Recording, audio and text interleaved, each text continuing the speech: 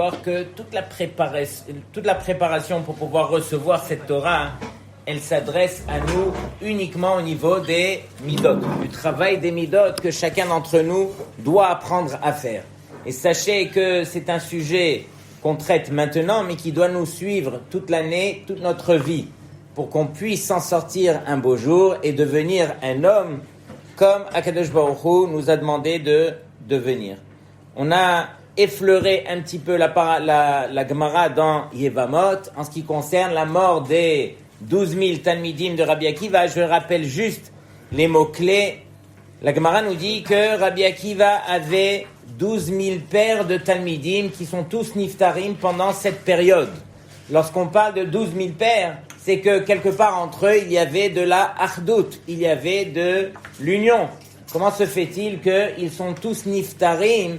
La Gemara nous donne la raison parce que l'onago kavod zelazé, parce qu'ils n'avaient pas assez de kavod l'un envers l'autre. C'est la raison pour laquelle ils sont niftarim et ils sont tous niftarim pendant cette période entre Pessah et Shavuot, depuis le premier jour du Homer jusqu'au 32e jour du Homer inclus. C'est là qu'ils sont niftarim et ils sont tous niftarim de la mort la plus grave qui s'appelle Askera.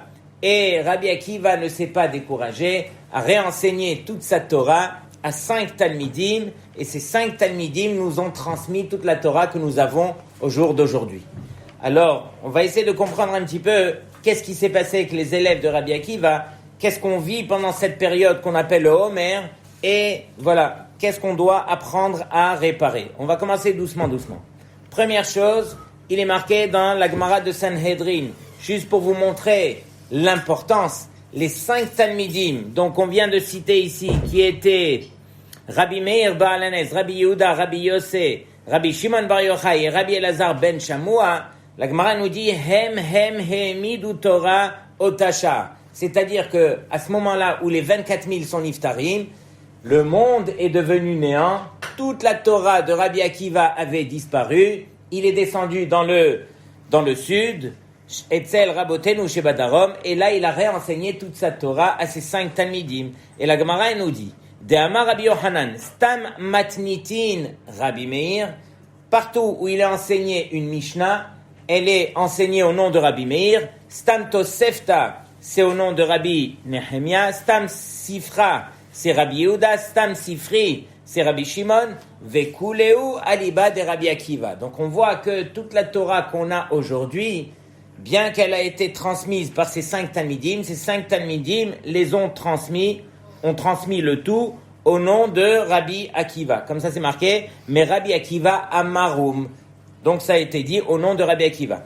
Cette période que nous vivons maintenant, on a l'habitude de faire donc les signes de deuil du Homer, c'est ce qu'on a l'habitude de respecter. Donc le Shulchan Aruch il nous dit comme ça, Noagin shelo lisa isha ben Pesach le'atzeret Ad Lamed Gimel la Homer. Jusqu'au 33e jour du Homer, on a pris l'habitude de ne pas se marier. Mi pene shebeotozman metu talmidei Rabbi Akiva. Parce que pendant cette période, sont niftarim les élèves de Rabbi Akiva. Et donc, c'est la raison pour laquelle on respecte donc ces signes de deuil. Encore une fois, il faut comprendre, on n'a jamais vu de deuil dans la Torah qui dure autant d'années. Le deuil le plus chamour ne dure que 12 mois pour le père comme pour la mère. Comment se fait-il que le deuil pour les élèves de Rabbi Akiva nous poursuit jusqu'à aujourd'hui? Et c'est pas uniquement ne pas se marier. Noagim shelo leistaper ad lamed gimel laomer. Sheomrim sheaz pasku lamut. Parce que jusqu'au 33e jour du Homer, c'est là qu'on dit que les élèves sont arrêtés de mourir. Et donc, on a pris aussi l'habitude de ne pas se couper les cheveux. Tout le reste, alors, c'est d'autres minagim qui se sont greffés, qui ne sont pas marqués dans la halakha. À la limite, on pourrait aller acheter des habits nouveaux, on pourrait écouter même la musique. Toutes ces choses-là, on ne le fait pas uniquement parce que ce sont des moments qui sont importants, des moments sur lesquels on se rappelle à l'ordre, on fait une forme de tchouva.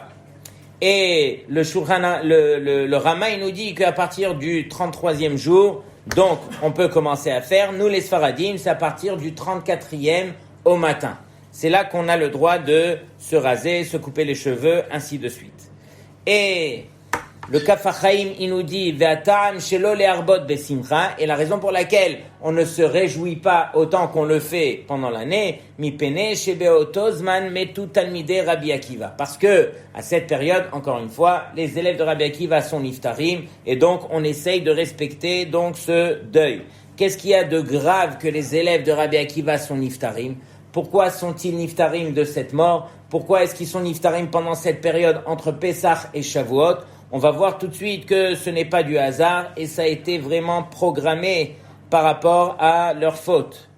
Le Kaf HaChaim nous dit que Shelo hayu noagin kavod zelazé, du fait que la Gemara nous dit qu'il n'avait pas assez de kavod l'un envers l'autre, alors Akadosh Baruch Hu, il a décidé que la transmission de cette Torah qui devait passer par ces 24 000 Talmidim valait mieux la passer par d'autres Talmidim, bien que le niveau, la dimension de Torah qu'on aurait eu aujourd'hui aurait été complètement autre si on l'avait reçu grâce à ces 24 000 Tanaïm. Mais imaginez, on va arriver tout de suite à l'histoire de Rabbi Akiva, parce qu'on se doit quand même de réaliser qui était Rabbi Akiva. Alors, première Gemara, c'est la Gemara dans Masechet Ktuvot. La Gemara nous dit comme ça, Rabbi Akiva, Raya deben Kalba Savua Hava.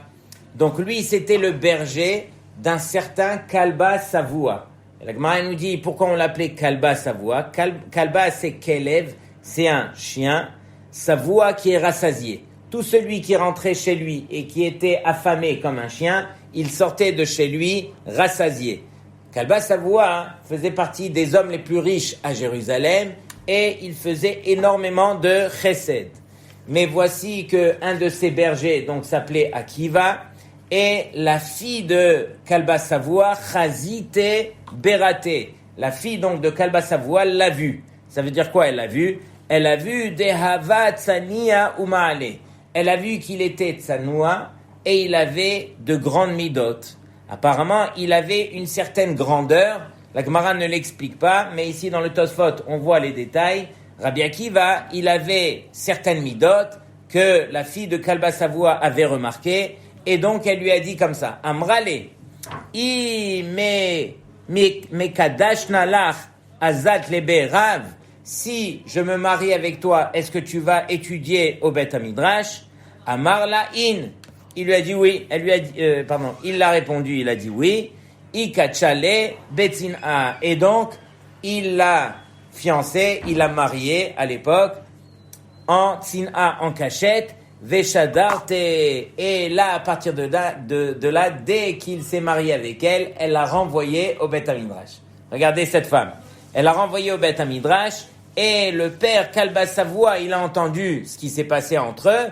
Alors, Avka Mibete, il a renvoyé sa fille, Ve'adra Naa Minirse, et il a fait un éder de ne pas faire profiter sa fille de tous ses biens. Et comme on a dit, c'était un des hommes les plus riches. Azil Yativ Tresare Shenin Berav. Rabbi Akiva est parti au Beth Hamidrash pendant 12 ans d'affilée. Il est revenu avec 12 000 élèves, donc il est revenu à la maison. Kiata, lorsqu'il est arrivé, a été Bahade très saré alfé talmidé, donc il avait avec lui 12 000 talmidim, Sham'e leaou sava de kamarla.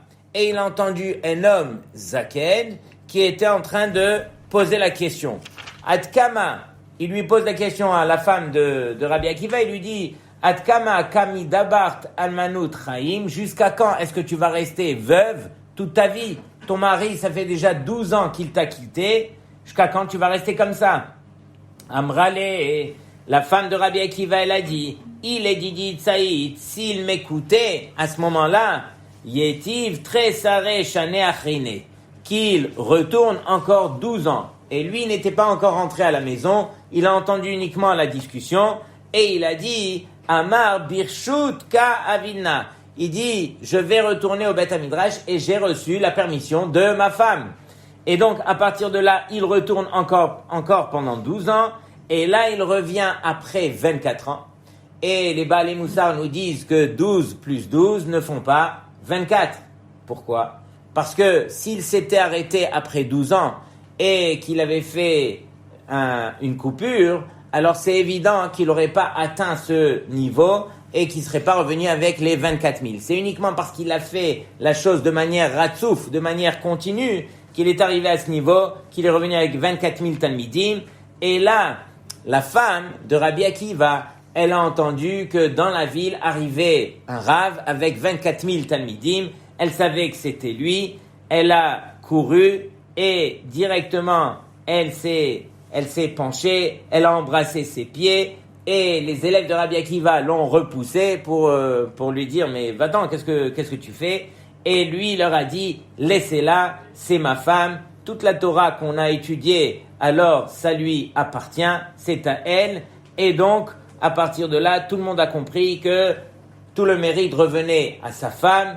Et bien sûr, le beau-père, Kalbas Savoua, il a entendu quelle était la grandeur de son gendre. Il a été chez les Chachamim pour lui enlever le neder. Et à partir de là, il a fait hériter Rabbi Akiva et sa femme de tout ce qu'il avait. Ok? C'est pas marqué tout ce qu'il avait. Palga Mamone. Il lui a donné la moitié de son argent. Ok?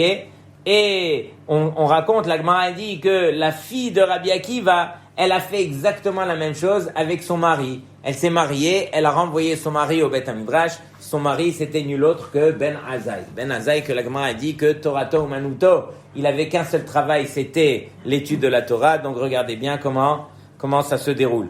Donc ici, c'est Rabbi Akiva. Pourquoi je vous ai raconté l'histoire? On la connaît, l'histoire. Mais tout ça pour dire que Rabbi Akiva, il a étudié 24 ans Ratsouf, en dehors de la maison. Imaginez les sacrifices. Sa femme, imaginez les sacrifices, elle n'avait rien. La Gemara nous dit que quand elle est venue à la rencontre de son mari, les femmes sont venues pour lui donner des vêtements, des beaux vêtements. Habille-toi bien, tu vas recevoir ton mari qui est devenu le Rav de la génération. Et la femme, elle lui dit, non mais mon mari sait très bien dans quelles conditions il m'a abandonné et il sait très bien que je suis très pauvre et je n'ai pas besoin de lui montrer au travers de mes habits que tout va bien. Et donc, voici le niveau de ce que sa femme, elle a enduré pour permettre à son mari de grandir. Dans tous les cas, Rabbi Akiva, il a construit 24 000 Talmidim. Et il était tellement fier, toute la Torah qu'il a transmise à ses 24 000 Talmidim, ils sont tous niftarim pendant cette période, justement parce que l'onagu kavod ze lazé. Encore une fois. Donc, valait mieux que les 24 000 disparaissent et qu'il y en a d'autres qui arrivent pour que Rabbi Akiva réenseigne toute sa Torah. Donc on va essayer de comprendre un petit peu la gravité. Donc on a dit comme ça, dans la paracha de Emor, dans la paracha de cette semaine, le Ramban nous dit que cette période entre Pessah et Shavuot, elle a la dimension de Chol HaMoed. De même qu'à Sukkot, on sait que le premier jour c'est un jour de fête, le dernier jour, on l'appelle Shmini Atzeret. Entre les deux, il y a Chol HaMoed. Et Chol HaMoed, ce sont des jours qui sont très très élevés. Ce sont des jours de fête à part entière. On permet de faire des travaux justement pour que ça soit plus facile de vivre la fête. Mais de manière générale, on n'a rien le droit de faire pendant Chol HaMoed. Celui qui travaille, l'oroe siman bracha, miyamav. Et donc, on demande justement de respecter la fête. De même, entre Pessah et Shavuot, le Ramban nous dit que toute cette période, elle a une dimension de Chol HaMoed. C'est-à-dire que la fête, c'est Pessah, le dernier jour de la fête, c'est Atzeret, donc c'est Shavuot, et entre les deux, cette période-là que nous vivons le Homer, c'est une période de Chol HaMoed. Donc ce sont des jours qui sont très très élevés, et c'est une des raisons aussi pour lesquelles on pose les questions. Pourquoi est-ce que les élèves de Rabbi Akiva sont niftarim à ce moment-là? Alors, on va commencer le sujet proprement dit. Tout le sujet tourne autour des midot. Bien sûr qu'on n'est pas là pour juger qui que ce soit, et surtout pas les élèves de la dimension des Tanaïm, des élèves de Rabbi Akiva. On vient les pointer du doigt à dire que il manquait de kavod. À nous de réaliser un petit peu quel était le kavod à leur niveau qu'il manquait entre eux. Et à nous de réaliser surtout le travail qu'on se doit de faire, puisque si eux, ils ont été atteints de ce fléau, À plus forte raison, nous, quel est le niveau qu'on a au jour d'aujourd'hui et combien on se doit de travailler. Alors regardez bien. Première chose, c'est marqué dans Masechet Avot. Rabbi Elazar ben Azaria Omer, im en Torah, en derech eretz. Im en derech eretz, en Torah. Rabbeinu Yonah, il nous dit, qu'est-ce que ça veut dire s'il n'y a pas de derech eretz, s'il n'y a pas de Torah?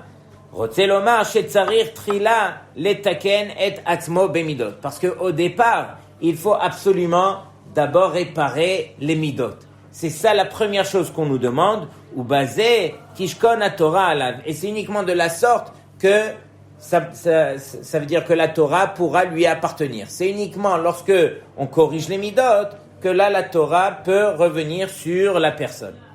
Alors, on connaît tous le Gaon Mivilna. C'est un de ceux sur lesquels on peut dire que c'était réellement un génie. Le Gaon Mivilna connaissait toute la Torah Kula. Et lui nous a écrit un petit livre de Moussar qui en vaut la peine. Ça vaut la peine de le lire. Ce livre est assez petit. Il s'appelle Even Shelema. Et regardez bien quelles sont les paroles du Gaon Mivilna qui lui maîtrisait toute la Torah Kula. Donc, le Gaon Mivilna, il dit comme ça, Kol avodat Hashem. Toute la avodat Hashem, Taloui dépend betikun amidot shehem. Elle dépend de la réparation des midot qu'on doit faire. Et kemo levush la mitzvot. Ou klale à Torah. Comme, quelque part, c'est l'habit des mitzvot. Et ce sont les règles de la Torah. Vekol hataim mushrashim bamidot. Et toutes les fautes qu'on fait, alors leur racine, elle vient des mauvaises midot. C'est uniquement parce qu'on a des mauvaises midot que cela nous entraîne à fauter. Quelque part, si on répare les midot, si on répare la source, alors ça va nous empêcher de faire la faute. Chaque faute qu'on fait, elle est, sous-entendu, elle est attirée par une mauvaise mida qui, elle, l'entraîne à faire cette faute. Donc le but, encore une fois, c'est d'enlever la racine, et la racine, ce sont les midot. Et là, il termine, il dit que Ikar Chayut Ha'adam, la raison pour laquelle l'homme est venu sur terre, la vie pour laquelle on lui a accordé, Huleitrazek Tamid Bishvirat Amidot, c'est de se renforcer toujours à casser ces mauvaises midot, Veimlav Lamalo Haim. Et s'il n'était pas venu pour cela, Lamalo Haim, pourquoi est-ce qu'il est venu en vie? Sous-entendu que la vie nous a été accordée uniquement que pour réparer les midot. Et un des élèves du Gaon Mivilna a posé la question, a dit, mais comment se fait-il que les midot ne sont pas mentionnés clairement dans la Torah? On aurait dû parler dans la Torah des midot.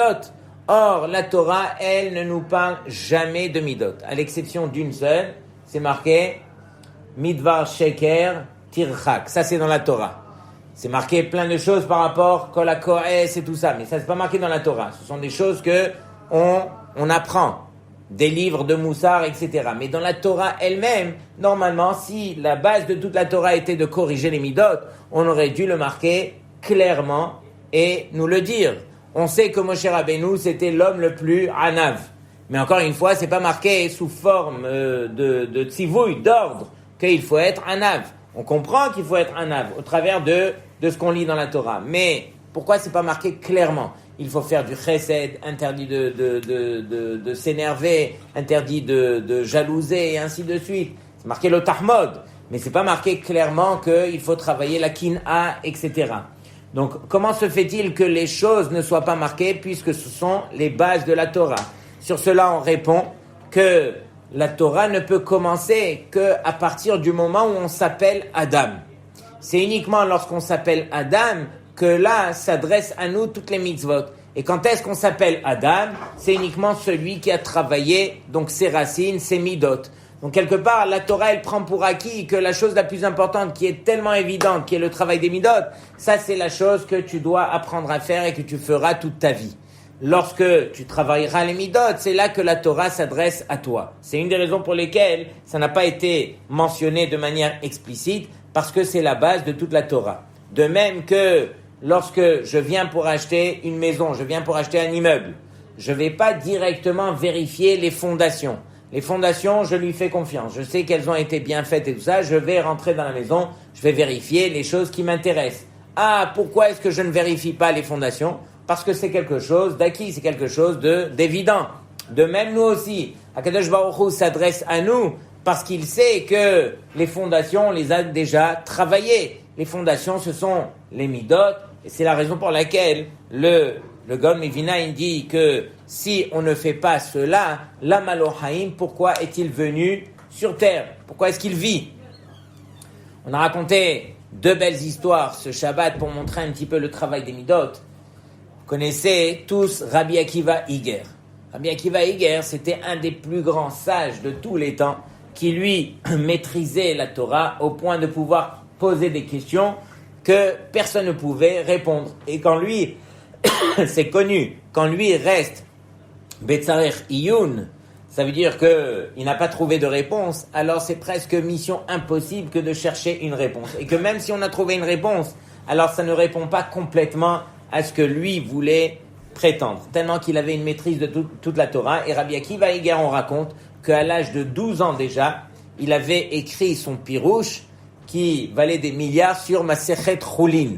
À l'âge de 15 ans, il connaissait déjà tout le chasse avec toutes les questions qu'il avait déjà en lui.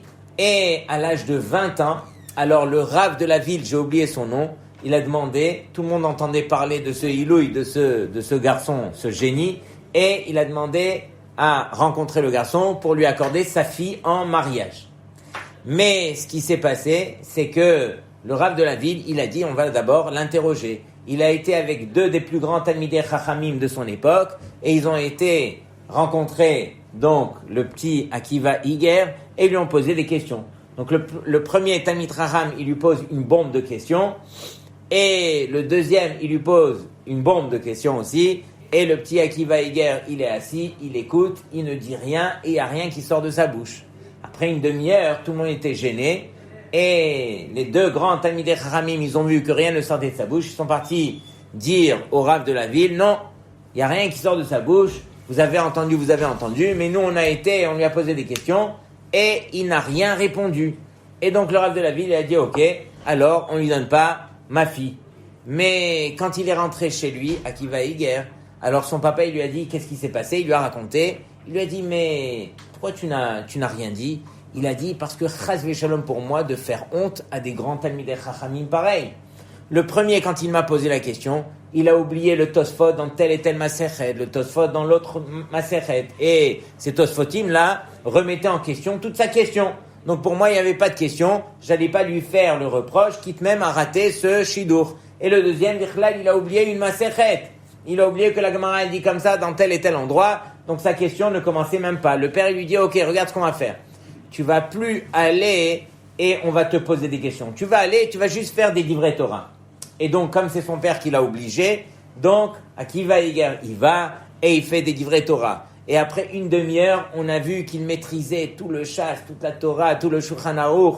Les Talmidei Chachamim qui étaient là-bas, ils n'en revenaient pas. Et donc, ils sont revenus voir le Rav de la ville et ils lui ont dit, vas-y, donne ta fille les yeux fermés. Et c'est ce que le Rav de la ville a décidé de faire et il a donné sa fille en mariage. Mais le 2 Shabbat avant le mariage, alors c'était le minag là-bas, on a invité le jeune Akiva Iger pour venir dans la ville et le Rav de la ville avait invité tous les gens de la ville pour venir écouter son futur gendre qui allait faire des livrets Torah. Quand tout le monde s'est regroupé dans la choule, c'était Shabbat, alors on a installé Akiva Iger et il a commencé, on lui a demandé de donner shiur. Mais à partir de là, rien n'est sorti de sa bouche. Encore une fois, il n'a pas ouvert la bouche. Et le temps qui passe, et le Rav qui était gêné, et les gens qui attendent, et tout ça. Et lui, il n'y a rien qui sort de la bouche. On lui dit, tu veux pas parler? Et il dit, non, je ne parle pas. Et Motzai Shabbat, le Rav de la ville était tellement nifga, comment on dit? Tellement... Comment? Touché, il était déçu, voilà tout. Alors, il a dit, je ne pourrais pas donner ma fille en mariage.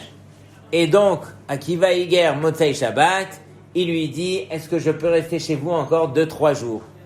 Il lui dit, oui, tu peux rester, mais je veux dire, avec ce qui s'est passé ce Shabbat et tout ça, ça remet en question tout le mariage. Il a dit, ok, il n'y a pas de problème. Il est resté encore 2-3 jours, et là, encore une fois, il a commencé à dévoiler des secrets de Torah, il a commencé à faire des livrets Torah, tous les Talmidei Chachamim sont venus autour de lui, tout le monde l'a écouté, et ils ont vu qu'il avait une dimension Torah inimaginable, et donc ils sont retournés voir le Rav de la ville, et ils lui ont dit, non, tu ne peux pas louper ce bachour pour ta fille, il faut absolument lui donner la fille en mariage. Et donc, le Rav de la ville l'appelle et lui dit, mais pourquoi tu n'as pas parlé? Tu as attendu que Shabbat se termine pour commencer à parler, tout le monde est impressionné et tout, tu aurais dû parler Shabbat. Alors il a dit, chas v'shalom pour moi de faire honte à tel et tel khatan qui était là ce Shabbat. Qu'est-ce qui s'est passé? Juste avant le Shabbat, alors un des gens qui étaient importants dans la ville, alors il avait choisi un bachour en tant que khatan pour sa fille. Il a dit, juste à ce moment-là où il a choisi ce bachour, moi j'arrive Shabbat. Si moi j'avais pris la parole, alors c'est sûr que cet homme chachouv, il aurait regretté, il aurait dit, moi j'aurais préféré ce bachour plutôt que l'autre bachour. J'ai pas voulu enlever le kavod qu'on avait accordé à ce bachour et lui laisser le kavod comme il se doit, et quitte même à perdre mon shidur, mais ne pas faire honte à une personne. Et en fin de compte, il a pu se marier comme il se doit avec la fille du Rav, mais il a fait tout cela justement pour montrer combien c'est grave d'enfreindre kavod envers son prochain. Regardez bien Rabotai, c'est ça la Torah. La Torah, c'est d'abord et avant tout les midot, le travail de la personne. Même si on est le plus grand chacham de la génération, on doit réaliser que toute la chokhma nous a été accordée par Akadosh Baruch Hu, et tout ce que Akadosh Baruch Hu, il nous demande de faire, c'est justement devenir un Ben Adam, être maître de sa personne, ne pas sortir de ses gonds comme ça à tort et à travers, ne pas perdre ses moyens, devenir un Ben Adam qui est cholette, comment on dit cholette, qui dirige sa personne et non pas que sa personne, elle le dirige. De manière générale, je le dis à tous les hadanim, vous réalisez pas avant le mariage qui vous êtes, mais une fois marié, vous allez réaliser l'ours et le lion qui se trouvent à l'intérieur de vous. Et je suis encore poli lorsque je parle d'ours et de lion, parce que vous ne réalisez pas qui vous êtes réellement. Je me rappelle une fois, on était bachour à la yeshiva. Et il y avait un bachour qui était le bachour, the bachour de la yeshiva. Il avait des midot, il était blainara, il connaissait le chasse. Bekitsour, donc tout le monde l'enviait ce bachour. Mais est arrivé un moment où on a perdu la tête. Qu'est-ce qui s'est passé? C'était un jour, après le seder du matin, on est parti au cheder ochel, et là-bas on se faisait servir. Chacun passait, chacun prenait son assiette.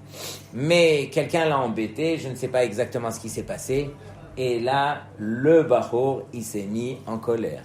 Mais il s'est mis en colère au point à ce qu'on devait être 4 ou 5, je ne me rappelle plus, pour pouvoir le retenir. Il avait pris une chaise et voulait la casser sur la chaise, sur la tête de son ami. Et nous, on a dit, mais c'est pas possible. Le bachour là, qu'on voyait tout parfait, tout, comment est-ce qu'il a pu perdre ses moyens à ce point? Et quelque part, ça nous a remis en question surtout. Donc on peut voir un bachour avec tout ce qu'on peut imaginer en limud Torah, mais si à l'intérieur de lui, il n'a pas travaillé ses midot, tôt ou tard, les mauvaises midot, elles nous rattrapent à l'ordre, et malheureusement, voilà. Et il y a l'homme, s'il veut être heureux à l'intérieur de lui toute sa vie, il se doit d'apprendre à être serein, d'apprendre à être bien avec lui-même déjà. Donc la guerre, elle se fait maintenant à Rabotai. Avant le mariage, elle se fait maintenant. Tous les jours, on se fait violence pour apprendre à grandir et devenir un homme comme il se doit. Donc, on revient à nos moutons. Donc, on a effleuré le sujet des midot. Là, je vais vous lire quelque chose qui se rapporte à cela.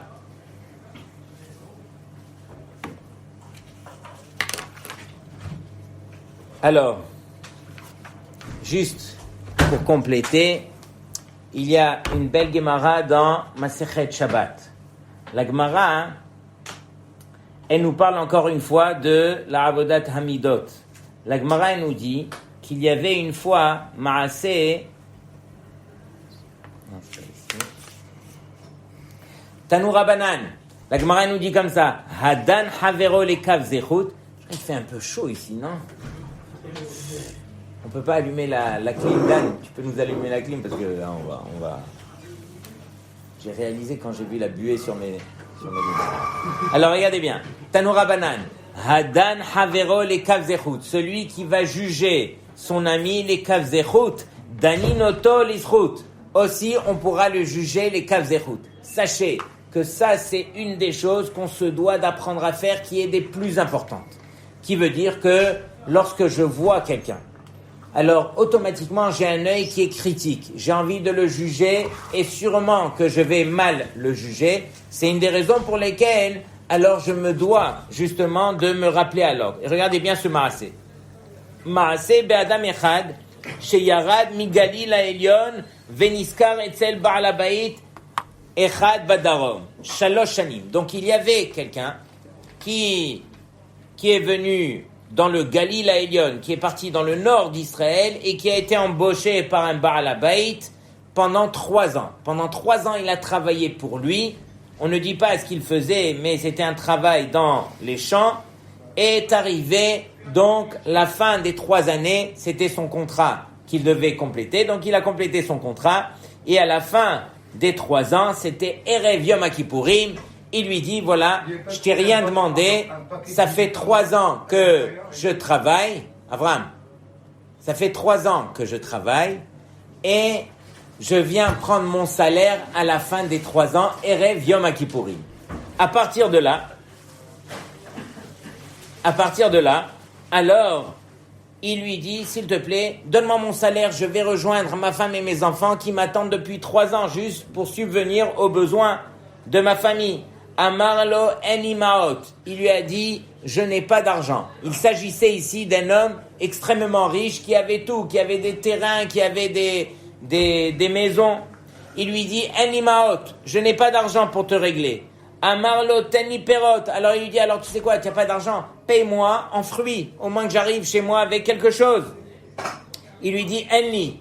Tenni karka. Il lui dit, donne-moi au moins un terrain. Il lui dit, enli. Il voit le terrain qui est là, et l'autre, il lui dit, il dit, je n'ai pas. Tenli behema. Il lui dit, donne-moi une bête. Alors il lui dit, non, je n'ai rien. Mais il voit un troupeau d'animaux qui sont là, il lui dit, non, je n'ai rien. Tenli karimuksatot. Alors donne-moi au moins des coussins et des couvertures. Il lui dit, enli.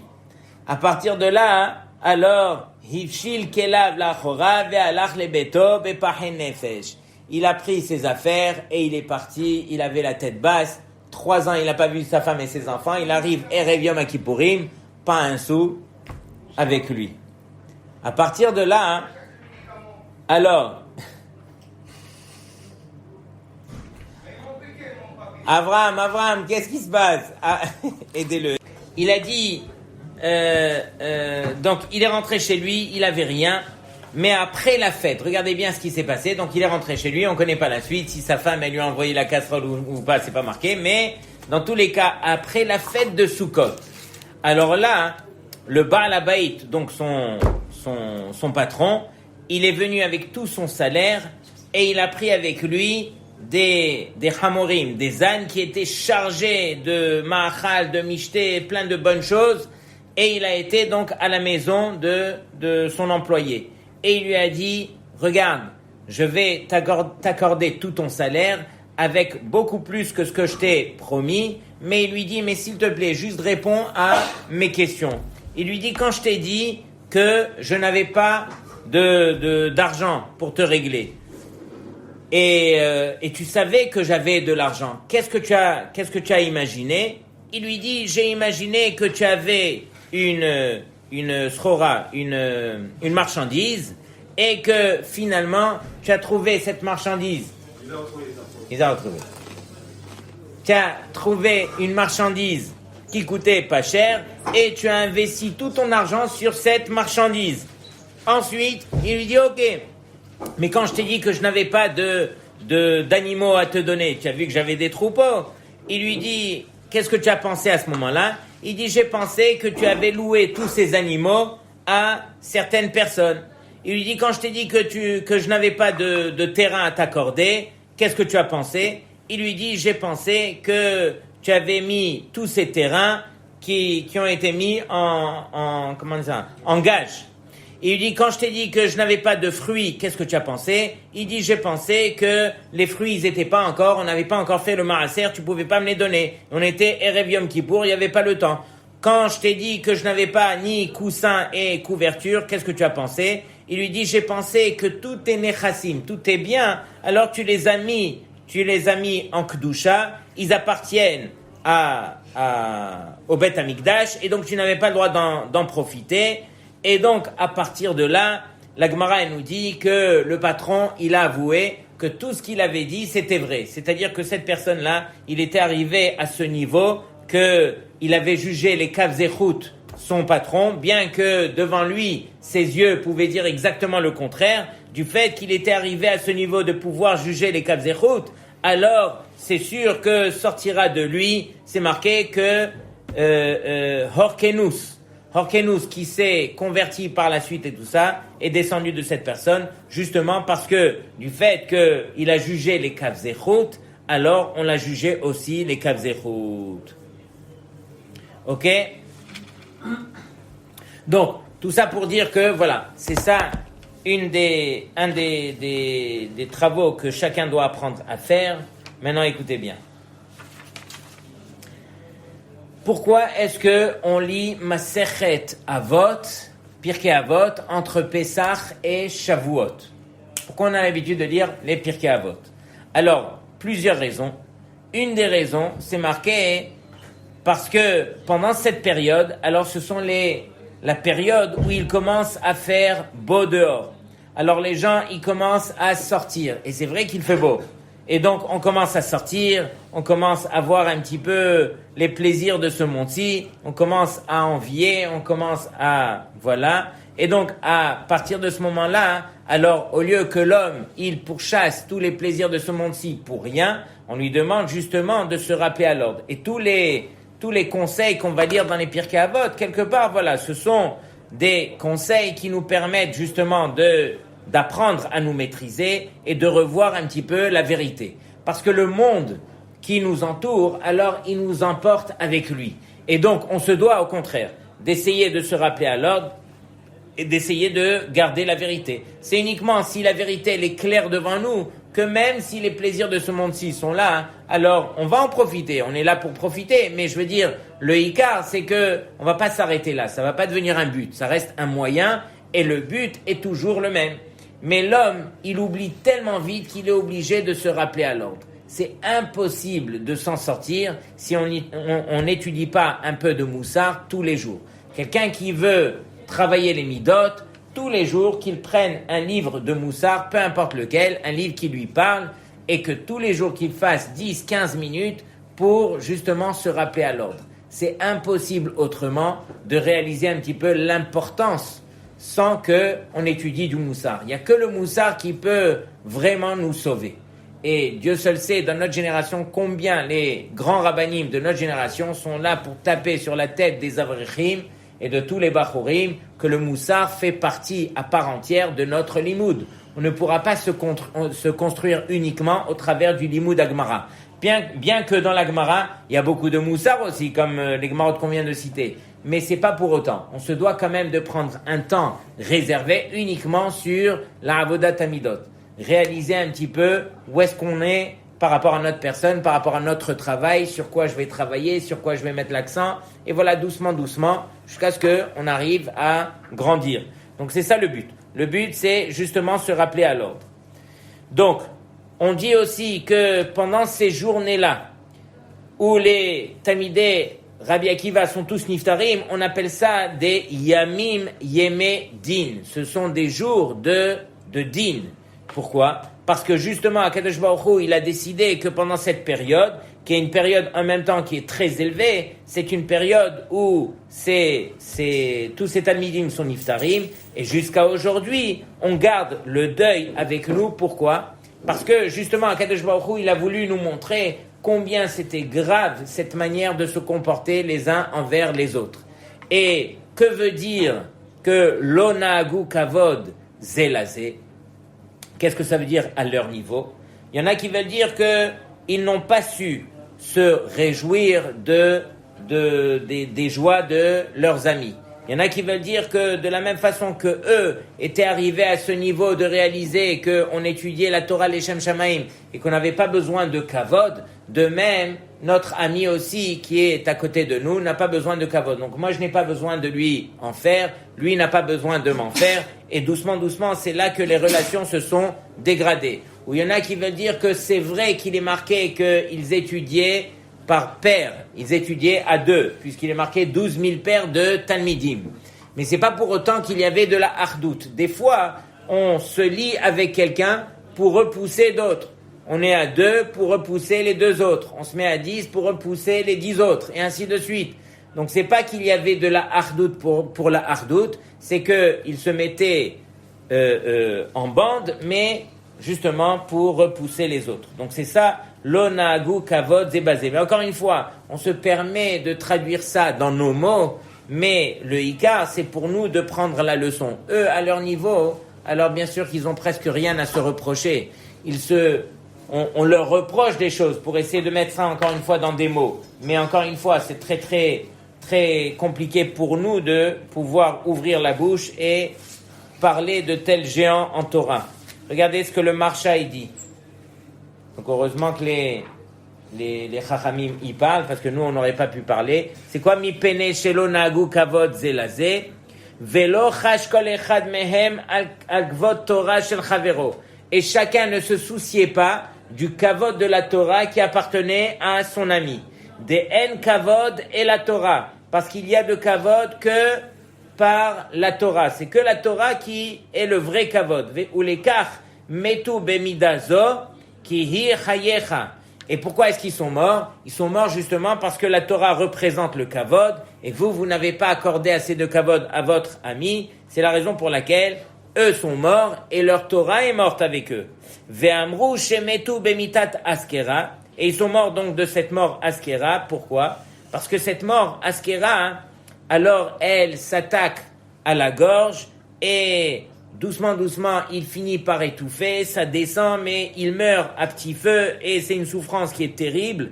De'efshar, dekol echad diber lashonara. Le Marsha, il veut dire, il se peut que ce qu'on a à leur reprocher, c'est qu'ils ont fait du lashonara l'un envers l'autre. C'est ça, manquer de kavod. Ve'aya mesaper bignut havero. Ils se permettaient de raconter les choses qui n'étaient pas bien les uns envers les autres. Ve'siman le lashonara askera. Et donc cette mort-là, alors c'est un siman justement sur le lashonara qu'il faisait. Pourquoi? Parce que elle s'est attaquée à la gorge, il ne pouvait plus respirer, il ne pouvait plus parler. Et donc ça, quelque part, c'est le signe qu'on était venu pointer donc chez ces Talmidim.